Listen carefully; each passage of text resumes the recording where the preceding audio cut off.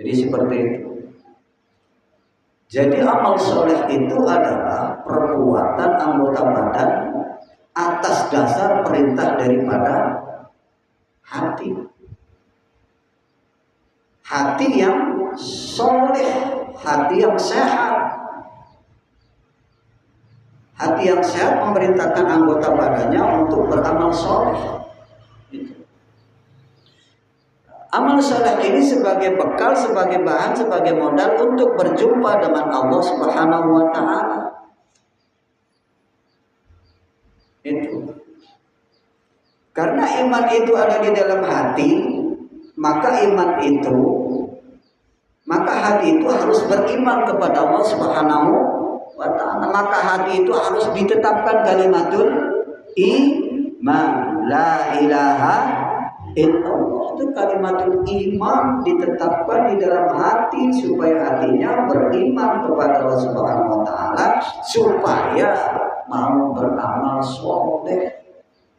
Sebab amal soleh itu adalah syarat untuk bisa jumpa dengan Allah Subhanahu wa Ta'ala. Berarti apa ini? Intinya apa? Intinya adalah syarat daripada jumpa kepada Allah Subhanahu wa Ta'ala yang pertama adalah iman di dalam hati. La ilaha illallah itu adalah kalimatul iman. Ketika la ilaha illallah kalimatul iman ditetapkan dalam hati, itulah berarti hati sudah distempel dengan la ilaha illallah. Hati sudah beriman. Dari iman dalam hati itu akan terus berefek kepada perbuatan-perbuatan yang soleh. Ente mau beribadah, mau bersedekah, enteng, ringan. Mau apa lagi? Beramal yang soleh itu ringan. Itu. Jadi syarat yang pertama untuk jumpa kepada Allah Subhanahu wa Ta'ala adalah amal soleh. Amal soleh itu efek daripada iman kepada Allah Subhanahu wa Ta'ala, dan iman itu adalah di dalam hati. Di dalam hati sudah ada kalimatul iman, la ilaha illallah. Ujung-ujungnya adalah talqin. Kalimat la ilaha illallah yang ditalqinkan kepada hati, ditancapkan, dimatrikan, ditanamkan di dalam hati. Kalimat la ilaha illallah, sehingga hatinya itu betul-betul beriman kepada Allah Subhanahu wa Ta'ala, yang nanti akan berefek, akan berbuat amal soleh. Kemudian yang kedua adalah wala yusyrik bi ibadati rabbih ahad. Yang tadi amal soleh itu adalah jelmaan daripada iman yang ada di dalam hati, bukan di mulut. Iman yang ada di dalam hati, amal soleh itu. Kemudian syarat yang kedua adalah wala yusyrik bi ibadati rabbih ahad. Jangan berbuat syirik.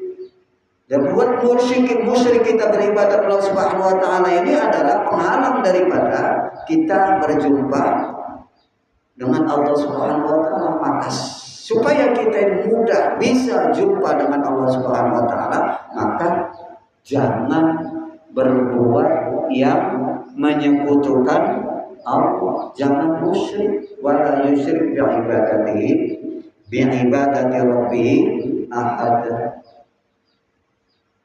Jangan berbuat isyrak berat. Akhirnya itu pakai kof, itu syuruh isyrak itu faj'alu matahari luar. Kalau isyrak di akhir huruf akhirnya itu pakai kaf, itu menyekutukan Allah, menduakan, menganggap selain Allah itu adalah Tuhan. Itu isyrak. Isyrak ini adalah jangan berisyrak, jangan bermusyrik, jangan menyekutukan Allah. Ini adalah la ilaha illallah. Apa makna la ilaha illallah? Tidak ada Tuhan yang berhak disembah kecuali Allah.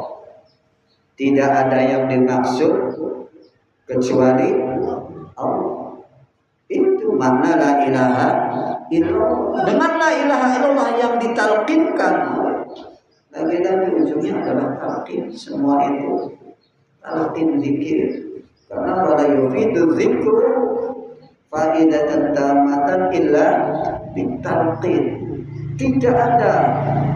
Tidak akan memberikan manfaat yang sempurna zikir itu kepada seseorang yang menzikirkannya, yang mengamalkannya, kecuali zikir itu diambil dari talqin. Talqin itu yang memberikan adalah syekh mursyid, guru mursyid, bukan yang lain.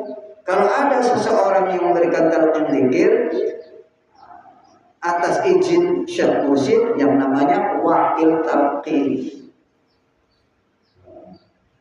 Kriteria daripada syekh mursyid yang bisa kita terima talqin zikirnya kemarin sudah disampaikan. Kriterianya ada 4.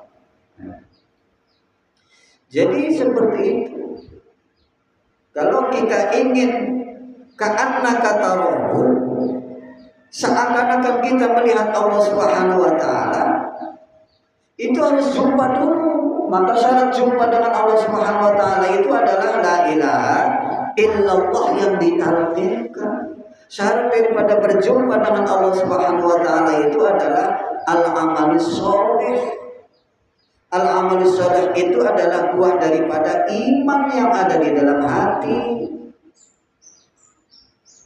Iman hati yang di dalamnya ada kalimatul iman la ilaha illallah. Ujung-ujungnya la ilaha illallah, tapi la ilaha illallah yang ditalqinkan. Bukan sekedar la ilaha illallah. Banyak orang hafal, anak-anak pun juga hafal la ilaha illallah, pandai itu. Tetapi tidak ada efek la ilaha illallahnya itu. Karena ya itu tadi, la yufidu faidatan tamatan illa bitartib. Zikir itu tidak akan memberikan manfaat yang sempurna kepada penzikirnya, kepada orang yang melakukannya, kecuali zikir itu diambil, diterima dari syekh mursyid, dari guru mursyid yang naqiyun, yang taqiyun, naqiyun mimma sallallahu. Melalui talqin zikir. Maka talqin zikir itu penting. Talqin zikir itu pengenalan diri kepada Allah Subhanahu wa taala supaya nanti ketemu dengan Allah Subhanahu wa taala. Itu. Kenalkan dulu. Ketemu juga kalau nggak kenal ya nggak ada apa-apanya dulu. Ketemu setiap hari papakan tapi nggak kenal ya biasa-biasa saja. Jadi untuk kenal dengan Allah Subhanahu wa taala itu dengan talqin. Dikenalkan oleh guru mursyid, oleh syekh mursyid, ditancapkan ismul dzat, ditancapkan kalimatul iman, kalimatul ikhlas, kalimatul ihsan di dalam hati oleh syekh mursyid. Itu pengenalan.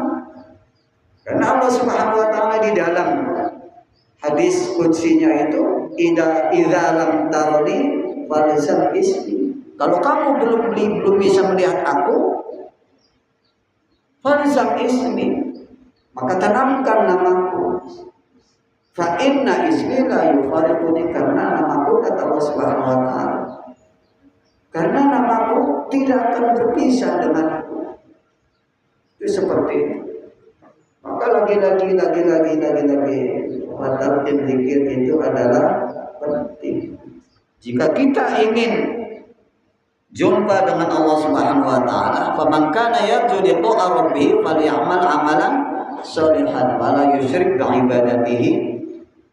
bi ibadati rabbih ahada. Jadi seperti itu. Pagi ini kita cukupkan sampai di situ. Semoga berkah, manfaat, semuanya, segalanya, selamanya untuk kita semua bibarakati Syekh Mursyid Muhammad Rasulullah Wabarakatuh. Al-Fatihah.